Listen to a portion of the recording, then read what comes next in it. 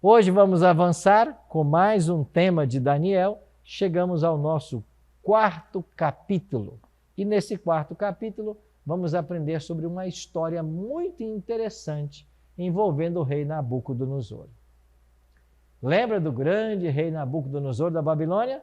Vamos avançar no estudo de hoje. Aí está então o guia de estudo, já peça o seu agora, mande sua mensagem de WhatsApp e nós vamos entregar em sua casa. Tema de hoje, do palácio ao pasto. Você vai entender melhor essa expressão daqui a pouquinho. Daniel, capítulo 4. Vamos orar, pedindo uma bênção do Senhor para o estudo? Pai de amor, muito obrigado por estarmos reunidos mais uma vez e termos a Tua palavra em nossas mãos. Queremos estudá-la, por isso que o Teu bom e Santo Espírito nos guie agora e que nós possamos entender mais uma vez o Teu recado. Oramos em nome de Jesus. Amém. Muito obrigado por ter orado comigo. Vamos então a esse tema muito especial. Eu queria começar com uma pergunta. Qual foi o teu herói da sua infância? Qual foi o herói da sua infância? Talvez você não vai se lembrar dos nomes como Ultra Seven, Spectrum-Man, mas esses foram os heróis da minha infância. Se você está na casa aí dos 50 como eu, você vai se lembrar deles, né? Talvez se você é um pouco mais jovem, você vai se lembrar do Homem de Ferro, Super-Homem. E esses heróis de nossa infância nos levam a verdadeiras viagens. A gente começa a se sentir também um super-herói. E nessa ideia de super-herói, a gente acha que pode todas as coisas e resolve todas as coisas e tem o poder para resolver e sanar qualquer problema. Mas isso não é verdade. Especialmente quando você percebe que os super-heróis são pessoas de carne e osso, como eu e você. No ano de 1995, o ator Christopher Reeve, que interpretava o Super-Homem, o Homem de Aço, teve um acidente com um cavalo. Tornou-se tetraplégico. Gastou milhares de dólares em pesquisas de célula-tronco, na tentativa de voltar a andar, mas nada resolveu. E chegou o dia em que os jornais tiveram que anunciar a morte do Homem de Aço, o dia em que o Super-Homem morreu. Essa história e outras nos mostram que os grandes heróis do cinema, as pessoas imortais e indestrutíveis, na realidade, não passam de meros mortais como eu e você. E muitas vezes achamos que temos solução ou controle de tudo, mas de repente a vida foge ao controle. Assim escreveu um poeta inglês, Ernest Henley: por ser estreita a senda, eu não declino, nem por pesada a mão que o mundo espalma. Eu sou dono e senhor de meu destino. Eu sou o comandante de minha alma. Será mesmo que somos o comandante do nosso destino? Será que nós temos em mãos tudo o que vai acontecer conosco, com nossos familiares? O capítulo 4 de Daniel fala justamente sobre isso. Acredita-se que esse capítulo tenha sido escrito pelo próprio rei Nabucodonosor. Se nós olharmos a linha do tempo, nós vamos perceber que quando Daniel foi levado cativo para a Babilônia, isso aconteceu no ano 605 a.C., se passaram 3 anos e tivemos o incidente do capítulo 2, do sonho da estátua. Passaram-se 9 anos até o momento em que Nabucodonosor constrói aquela imagem de ouro. E os jovens amigos de Daniel foram levados a se prostrarem diante dessa imagem. Depois se passaram 26 anos e chegamos agora aos eventos de Daniel, capítulo 4. Esse capítulo registra a loucura de Nabucodonosor, o momento em que ele achou e passou a pensar e se comportar como um animal. Essa história tem muito a nos ensinar. E você irá perceber que muitas vezes o controle não está em nossas mãos, mas há um Deus que controla toda a história. E no final, teremos um final feliz. É claro, se confiarmos em Deus e em sua palavra. Deus, através do profeta Jeremias, falando de Nabucodonosor, rei da Babilônia, ele declara: meu servo. Deus pretendia usar esse homem para seus propósitos. Ele chama Nabucodonosor de seu servo e que ele deu a ele os animais do campo para que o servissem. Interessante que ele tinha os animais do campo para se servir e agora ele vai viver, agir como um animal. Bom, a história se repete. Mais um sonho do rei. Havíamos visto um sonho no capítulo 2, agora outro sonho no capítulo 4. Daniel 4, 4 e 5 declaram: eu, Nabucodonosor, estava tranquilo em minha casa e feliz no meu palácio. Tive um sonho que me espantou. E quando estava no meu leito, os pensamentos e as visões da minha cabeça me turbaram. Por isso, expedi um decreto pelo qual fossem introduzidos à minha presença todos os sábios da Babilônia, para que me fizessem saber a interpretação do sonho. Lembra daquele grupo de sábios? Na realidade, um bando de incompetentes que não sabiam nada a respeito do futuro, mas eles ludibriavam o rei com suas histórias e fantasias. Mais uma vez foram chamados para tentar solucionar o problema do sonho. A palavra de Deus continua nos orientando. Então entraram os magos, encantadores e caldeus, os feiticeiros, e lhes contei o sonho, mas não me fizeram saber a sua interpretação. Mais uma vez o rei se frustrou com esses conselheiros. E então temos um pedido real. No verso 18, isto vi eu, Nabucodonosor, em sonhos. Tu, pois, ó Beltsazar, dize a interpretação, porquanto todos os sábios do meu reino não me puderam fazer saber a interpretação. Mas tu podes, pois em ti há o Espírito dos deuses santos. O próprio Nabucodonosor reconheceu que os sábios e magos e encantadores nada poderiam fazer, mas Daniel sim. Então Beltsazar, o nome babilônico para Daniel, ele foi chamado à presença do rei. O Espírito dos deuses santos habita com você. Você possui esse Espírito. Então Daniel, diz para mim o significado dos sonhos. Diz para mim a revelação que eu preciso saber. E então começa agora a elucidação do sonho. O rei sonhou com uma árvore grande e frondosa. Versículo 19. Daniel, cujo nome era Beltsazar, esteve atônito por algum tempo. Os seus pensamentos o turbaram. Então lhe falou o rei e lhe disse: Beltsazar, não te perturbe o sonho, nem a sua interpretação. Respondeu Beltsazar e disse: Senhor meu, o sonho seja contra os que te têm ódio, e a sua interpretação para os teus inimigos.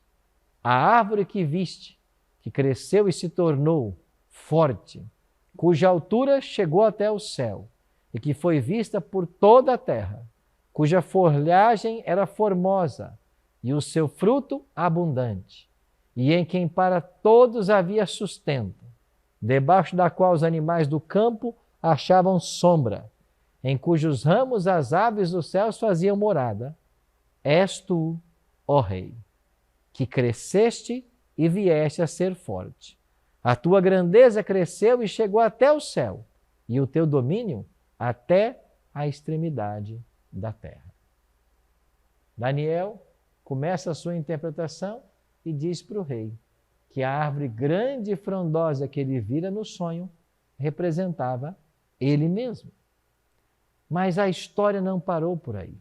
Algo surpreendente aconteceu então com a árvore.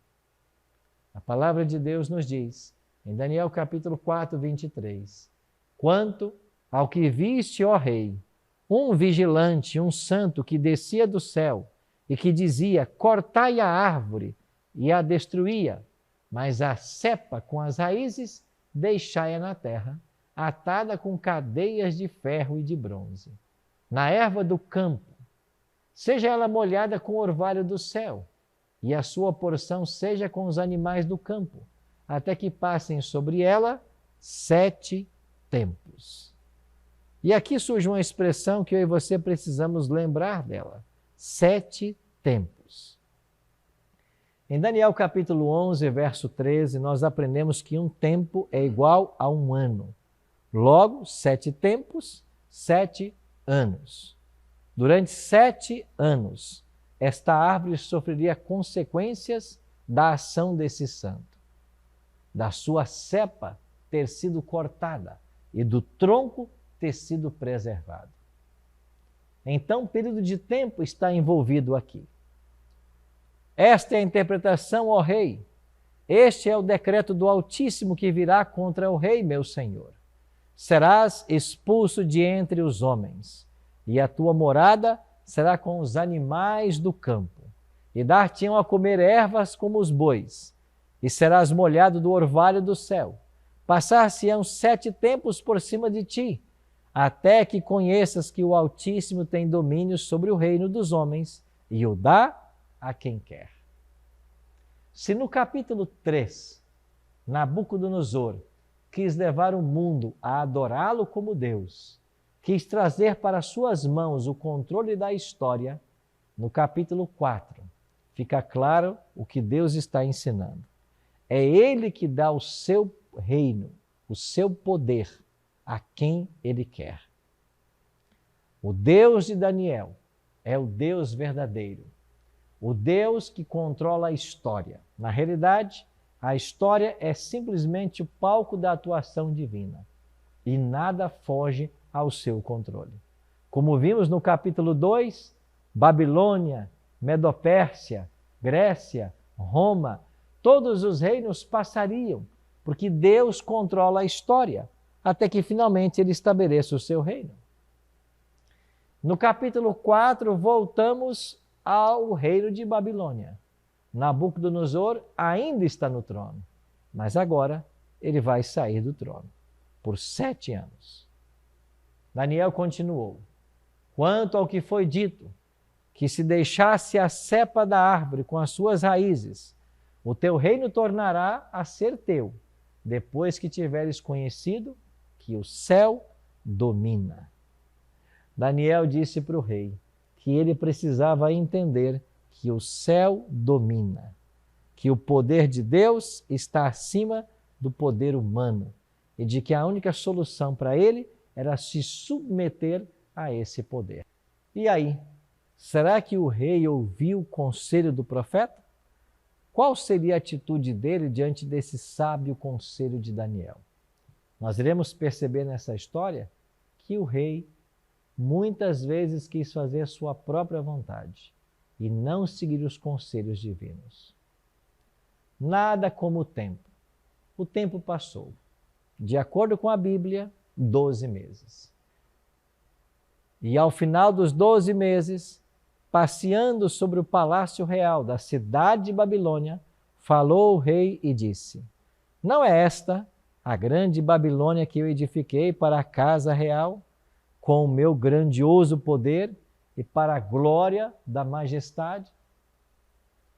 Um ano depois deste sonho, Nabucodonosor começou a pensar, nada aconteceu do que disse o profeta que aconteceria, que durante 7 anos eu viveria como um animal.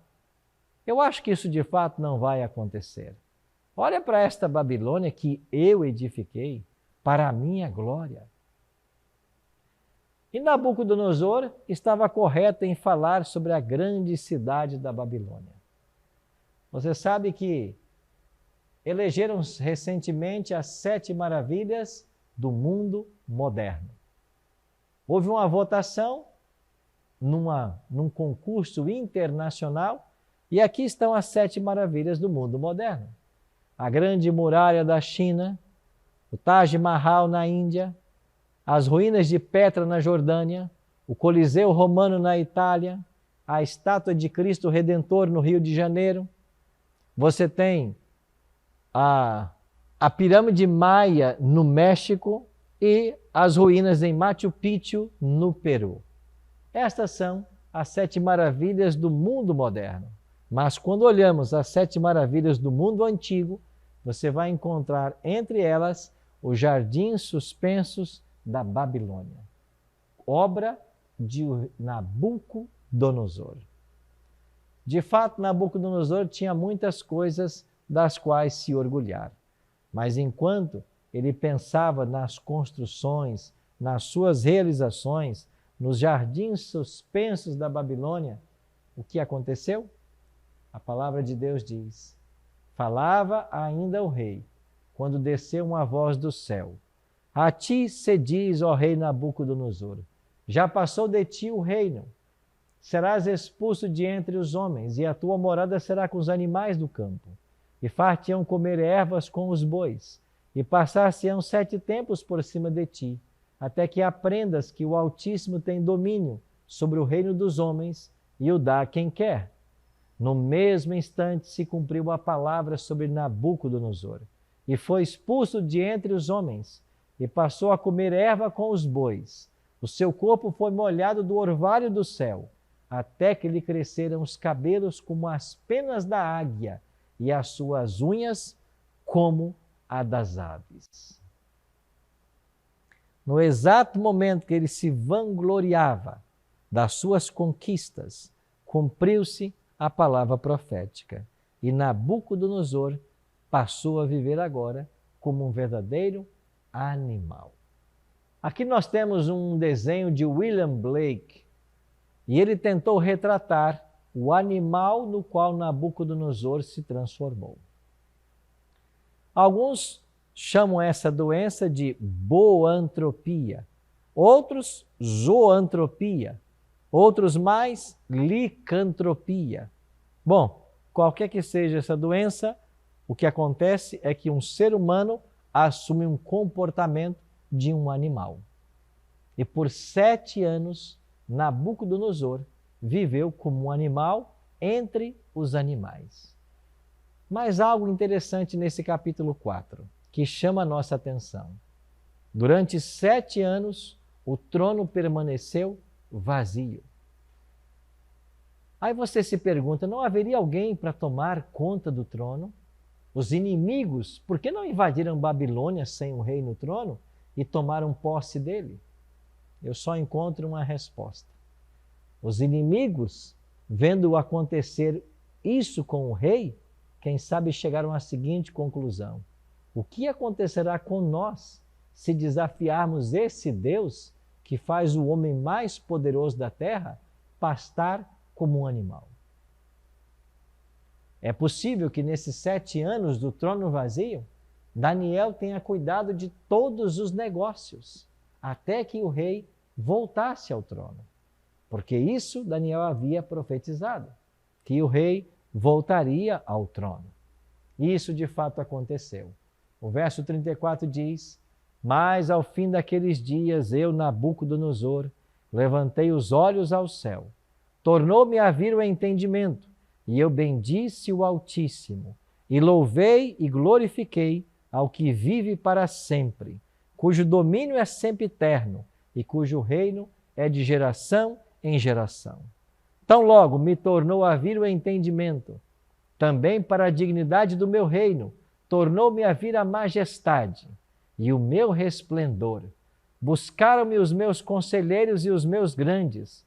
Fui restabelecido no meu reino, e a mim se ajuntou extraordinária grandeza. Como Daniel havia dito, assim sucedeu. Depois de 7 anos tendo o corpo molhado pelo orvalho, se alimentando com os animais, o rei volta agora ao trono. No trono, ele começa a governar. Ao ser buscado, ele tem agora um testemunho de vida para dar. É por isso que parece-nos que esse capítulo 4 de Daniel tenha sido escrito pelo próprio rei Nabucodonosor. E essa história fala para nós a respeito do poder de Deus que submete os reis. Fala também dos homens que se submetem ao poder de Deus. E agora, quando ele volta à cena, ele faz uma linda oração. Em Daniel 4,37 está registrado: agora, pois, eu, Nabucodonosor, louvo, exalto e glorifico ao Rei do céu, porque todas as suas obras são verdadeiras, os seus caminhos justos, e pode humilhar aos que andam na soberba. Sim, meus queridos, aqui nós temos uma confissão pública do homem mais poderoso da terra, reconhecendo que Deus humilha aos soberbos, mas enaltece aos que são humildes. Eu e você precisamos estar certos de como Deus lida. Ele não quer que ninguém pereça. Deus não tem prazer na morte do perverso, mas deseja que ele se converta e viva. Quando há uma conversão dos maus caminhos, a graça de Deus atua. E é isso que importa. Lembre-se, você não tem o controle de todas as coisas em suas mãos, mas Deus controla todas as coisas.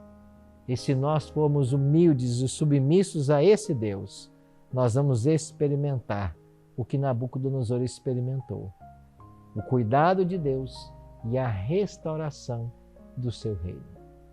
Sim, meus amigos, a história de Nabucodonosor e sua loucura por 7 anos fala da loucura humana de tentar viver sem Deus e sem submeter-se a Ele. Eu espero que depois do estudo desse capítulo 4, nós entendamos o Deus que reina e governa e que nós sejamos humildes súditos desse reino que em breve voltará para nos levar para o seu reino eterno. Ora comigo. Nosso Pai, muito obrigado, Senhor Deus, por vermos na história de Nabucodonosor quanto que o Senhor empenhou para a salvação desse homem.